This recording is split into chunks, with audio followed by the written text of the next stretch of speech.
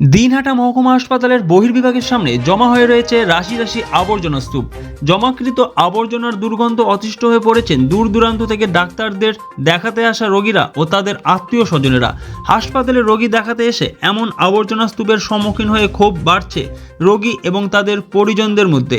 জমাকৃত আবর্জনা থেকে নতুন করে রোগ জীবাণু ছড়ানোর আশঙ্কাও ভুগছেন তারা।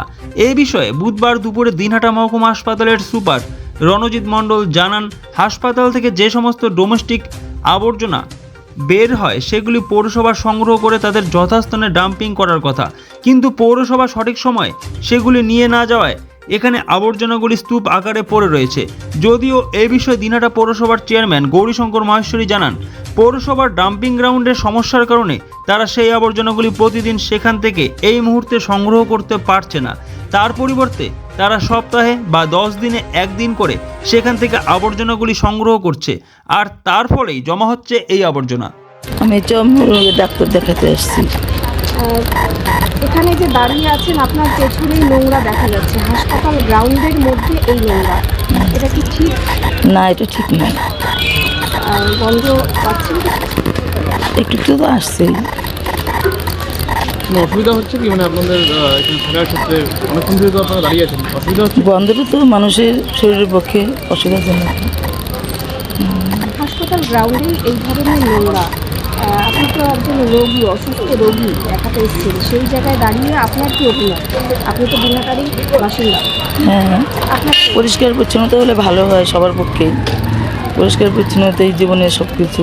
স্বাস্থ্য ঠিক রাখে, সুস্বাস্থ্য রাখতে গেলে আগে পরিষ্কার পরিচ্ছন্নতা সব কিছু। কি নাম আপনার? আমার নাম শ্যামা দে, কোথা থেকে এসেছেন? গ্রাম নাজিরগঞ্জ থেকে। এক্ষেত্রে এই নন বায়োমেডিক্যাল ওয়েস্ট যেটা আছে, ডোমেস্টিক ওয়েস্ট বলে, এটা মিউনিসিপ্যালিটি প্রতিদিন এখান থেকে নিয়ে গিয়ে ওদের নির্দিষ্ট ভাগাড়ে ফেলার কথা। কিন্তু দিনহাটায় এটা সবাই যেন একটা সমস্যায় চলছে। চেয়ারম্যান সাহেবকে লিখিতভাবে এবং সমস্ত জায়গায় জানানো হয়েছে।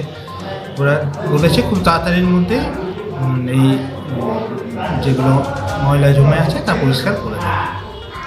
যেহেতু একটা সমস্যা হচ্ছে রোগীদের, আপনাদের হাসপাতালের তরফ থেকে প্রাথমিকভাবে কোনো ব্যবস্থা নেওয়া হচ্ছে কি?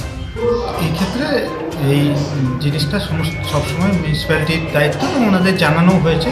আমরাও যতটা সম্ভব পরিষ্কার পরিচ্ছন্ন রাখার চেষ্টা করছি।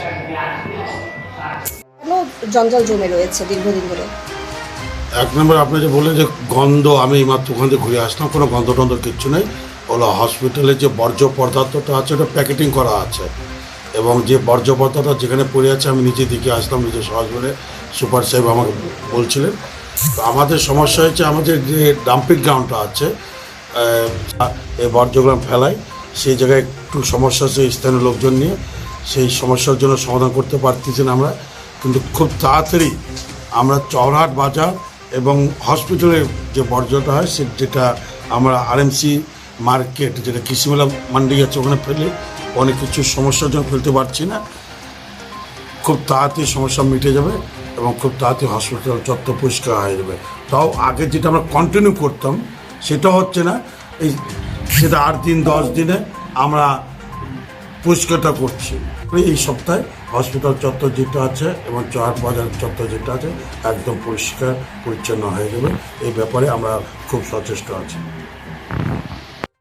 Sponsored by Bishal emporium. যুগ বদলেছে, বদলেছে জীবনের ধারা, তাই নিজের ঘরকে শৌখিনতায় মুড়ে ফেলতে চলে আসুন। Co-sponsored by